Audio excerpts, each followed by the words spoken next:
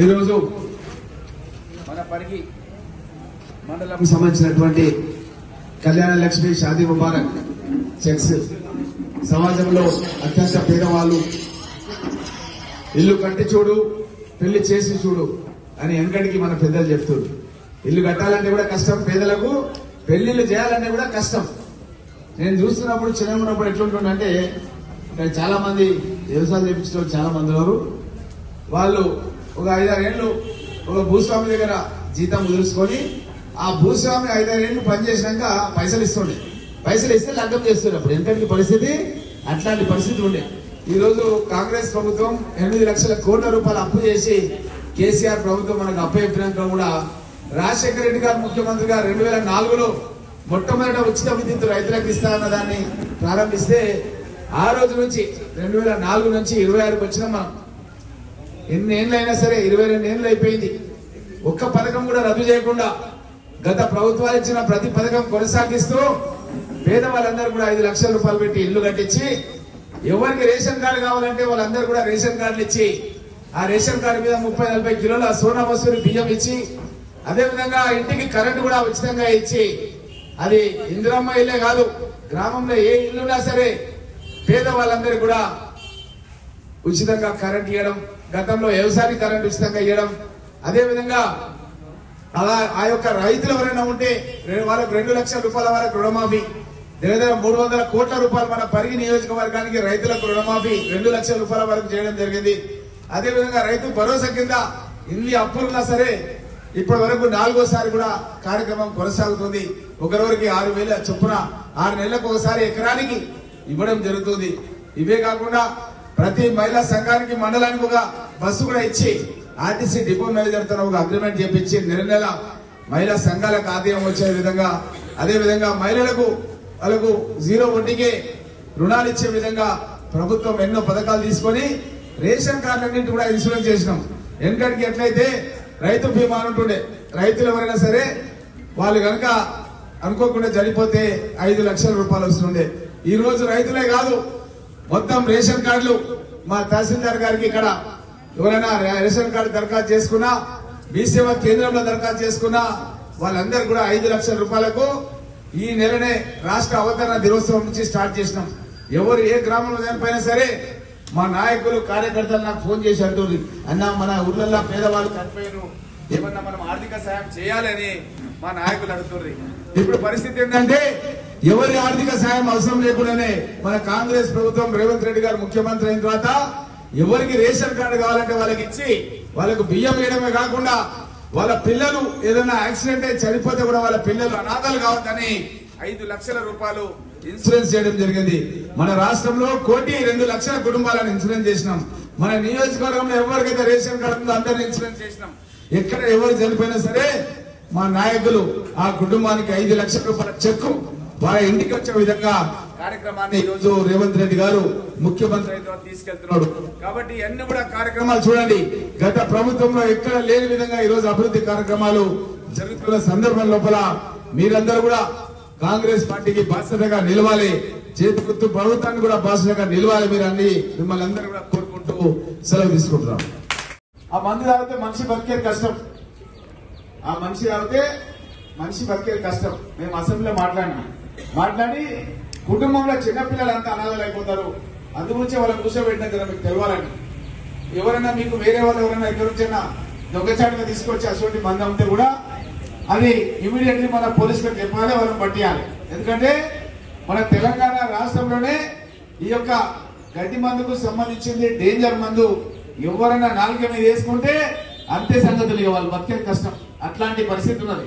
కాబట్టి మన ఆడపడుచులను బతికించుకోవాలంటే వాళ్ళ కుటుంబాలను నిలబెట్టాలంటే మన డీలర్లు అందరూ కూడా అలాంటి మందులు అమ్మవుతున్న ఉద్దేశంతోనే ఈ రోజు వాళ్ళ కార్యక్రమం అయినంత కూడా వాళ్ళని కూర్చోబెట్టి వాళ్ళ ముందరనే వాళ్ళు కూడా మన ఇంట్లో సోదరి లాగా వాళ్ళ కుటుంబాలను కాపాడాల్సినటువంటి బాధ్యత మనందరి మీద ఉంది అనే విషయాన్ని మీ అందరి దృష్టికి తెలియజేస్తూ, ఇదే కాకుండా చాలా మంది ఏంటంటే ఇంతకుముందే నేను పూడూరు లోపల వ్యవసాయ శాఖకు సంబంధించింది రాజేంద్ర నగర్ యూనివర్సిటీ వాళ్ళు ప్రొఫెసర్ సైంటిస్ట్ వచ్చింది. ఆ సైంటిస్టులతో కలిసి మన జిల్లా వ్యవసాయ శాఖ అధికారి రాజరత్నం గారు ఒక మీటింగ్ పెట్టినాం. వాళ్ళ అగ్రికల్చర్ యూనివర్సిటీ వాళ్ళు మన మన అగ్రికల్చర్ డిపార్ట్మెంట్ తో కలిసి సంయుక్తంగా వ్యవసాయ భూములకు సంబంధించి భూసార పరీక్షలు చేస్తున్నాం. దానికి సంబంధించిన కిట్స్ కూడా వాళ్ళు రైతులకు ఉచితంగా ఇచ్చారు. నేను ఒక రైతు బిడ్డగా నా సొంత వ్యవసాయ క్షేత్రం శివారెడ్డిపల్లి లోపల నేనే ఆ వ్యవసాయ శాస్త్రవేత్తలు తీసుకెళ్లి అవన్నీ కూడా పరీక్షలు చేయించిన. కానీ మన రైతులలో ఏంటంటే ఇప్పటికి కూడా దాని మీద సీరియస్నెస్ అనేది లేదు. అట్లా లేనందు మూలంగా నష్టం ఏమవుతుందంటే ఒక్కొక్క రైతు అవసరానికి మించి మోతాదుకు మించి ఒక్కొక్క ఎకరానికి దగ్గర 4-5 వేల యూరియా గాని ఫాస్ఫర్ గాని ఇవన్నీ కూడా మందులు ఎక్కువ వాడుతున్నారు. ఇది ఎక్కువ వాడకుండా ఏం చేయాలంటే మన వ్యవసాయ శాఖకు సంబంధించిన అధికారులు రైతు వేదికల దగ్గర ఉన్నారు. వాళ్ళు చదువుకున్న వాళ్ళు, క్వాలిఫైడ్ అయిన వాళ్ళు ఉన్నారు. వాళ్ళ యొక్క సూచనలు సలహాలు తీసుకొని మీరు కూడా ఏం చేయండి అంటే మీ దగ్గరికి ఎక్కువ మొత్తం కావాలని వచ్చినా సరే కొన్నిసార్లు మనకు యూరియా గానీ గ్రోమర్ గానీ ఇవన్నీ కూడా షార్టేజ్ ఉంటున్నాయి. వాళ్ళు ఏం చేస్తున్నారంటే ఇది ఎక్కువ వేస్తేనే పంట ఎక్కువ వస్తుంది అనుకున్నారు. ఎక్కువ వేసినందు మూలంగా ఏమవుతుందంటే వడ్లు చెట్లు పెద్దగైపోయి కింద పడి నష్టం వస్తుంది రైతులకు. ఒక్కొక్క ఎకరానికి అవసరానికంటే ఎక్కువ వేసి ఒక 5,000 రూపాయలు నష్టపోతున్నారు. భూసారం కూడా దెబ్బతిపోతుంది. భవిష్యత్తులో పంట మార్పిడి చేయకపోతే ఆ పంటలు కూడా పండేది కష్టం ఉన్నది పరిస్థితి. రైతులు ఏం చేస్తున్నారంటే అప్పులు తీసుకొని ఆ యొక్క రుణం తీర్చలేక కొంతమంది ఆత్మహత్యలు కూడా చేసుకుంటున్నటువంటి సందర్భం ఉంది. కాబట్టి ఇక్కడ ఉన్నటువంటి డీలర్లు చాలా మంది సీనియర్ ఉన్నారు. ఇక్కడ డీలర్స్ అందరూ చాలా మంది నాకు తెలిసిన వాళ్ళు ఉన్నారు. మీరందరూ కూడా చాలా సహాయ సహకారాలు అందిస్తారు మన రైతన్నలకు. కాబట్టి ఇప్పుడు ఉన్నటువంటి పరిస్థితుల లోపల మీరు కూడా వాళ్ళంతా మన కుటుంబ సభ్యులుగా భావించి వాళ్ళకు కూడా మనం సైంటిఫిక్ టెక్నాలజీ ప్రకారం పోవాలి. ఇప్పుడు ఆధునిక యుగంలో ఉన్నాం. మనకి ఎక్కడైనా యూరియా లేకపోతే నానా యూరియా కూడా వాడవచ్చు. మనం దానికి సంబంధించి పిచికారీ చేయొచ్చు. డ్రోన్ మెషిన్లు పెట్టేసి కూడా మనం స్ప్రే చేయొచ్చు. కాబట్టి ఈ విధంగా మీరు రైతులకు ఎప్పటికప్పుడు వ్యవసాయ శాఖ అధికారులను కూడా మీరు కాన్ఫరెన్స్ లో తీసుకొని వాళ్ళ ద్వారా కూడా సూచనలు సలహాలు ఇచ్చి అసెంబ్లీ లోపల చెప్పడం జరిగింది. ఎట్లయితే డాక్టర్ ప్రిస్క్రిప్షన్ ఉంటుందో ఆ విధంగా అగ్రికల్చర్ ఎక్స్టెన్షన్ ఆఫీసర్స్ గ్రామం లోపల ఎవరైతే వేదిక దగ్గర ఉన్నారో వాళ్ళు చిట్టి రాసి ఇస్తేనే మనము మందులు ఇచ్చే స్థాయికి ఎదగాలి. అట్లా లేకుంటే మన పరిస్థితి ఏంటంటే ఆర్ఎంపీ డాక్టర్ల లాగా ఆర్ఎంపీ డాక్టర్లు మనకు ఆపరేషన్ కావాలంటే కూడా గోళీలు ఇస్తున్నారు. వాళ్ళకి తెలియదు ఆపరేషన్ చేయాలని తెలియదు, చేయడానికి వాళ్ళకి పర్మిషన్ లేదు. అట్లాంటి మందులు తింటే తెలుసు కదా ఉన్న ఆరోగ్యం కూడా ఖరాబ్ అయిపోతుంది. అదేవిధంగా ఈ చేనులకు కూడా మనకు నష్టం జరుగుతుంది తప్ప లాభం జరగదు. నేను మొన్న SIR అని స్పెషల్ ఇంటెన్సివ్ రివిజన్ కి చైర్మన్ గా ఉన్నా. తెలంగాణ రాష్ట్ర వ్యాప్తంగా తిరుగుతున్నా. మనం నల్లగొండకు పోయినా. నల్లగొండకు పోతే అక్కడ బత్తాయి రైతులకు అందరూ కలిసి horticulture university vice chancellor Rajireddy గారు ఒక మీటింగ్ పెట్టింది. అక్కడ ఆ మీటింగ్ లో ఏంటంటే మన ఈత గెలలు ఎట్లుంటాయి సేమ్ అదే టైప్ లా డేట్స్ ఉన్నాయి. డేట్స్ మనం చాలా మంది మన మైనార్టీ సోదరులు అక్కడ మక్కాకు పోయి మన వాళ్ళందరూ కూడా తీసుకొచ్చి ఇస్తుంటారు ఖజూర్. అయితే అట్లాంటిదే కానీ ఇది చెట్టు మీద లైవ్ ఉందనమాట. చెట్టు మీద లైవ్ మంచిగా పండ్లు చూస్తే తినబుద్ధి అవుతుంది. తింటే బలం వస్తుందా ఏమరా నాకు అనిపిస్తుంది. అంత బాగున్నాయి పండ్లు చూస్తే. ఆ పండ్లు ఒక్కొక్క ఎకరానికి 10 లక్షల రూపాయలు లాభం వస్తుంది. అనంతరెడ్డి అనే రైతు చెప్పాడు. నేను పోయినాను. 5 ఏళ్ళు పెంచితే చెట్టు ఒక్కొక్క ఎకరానికి 10 లక్షల రూపాయలు లాభం వస్తుంది. కాబట్టి నేను వ్యవసాయ శాఖ అధికారులను, హార్టికల్చర్ శాఖ అధికారులను మిమ్మల్ని కూడా అడుగుతున్నా. మీరు కూడా మీటింగ్ లో పోతుంటారు.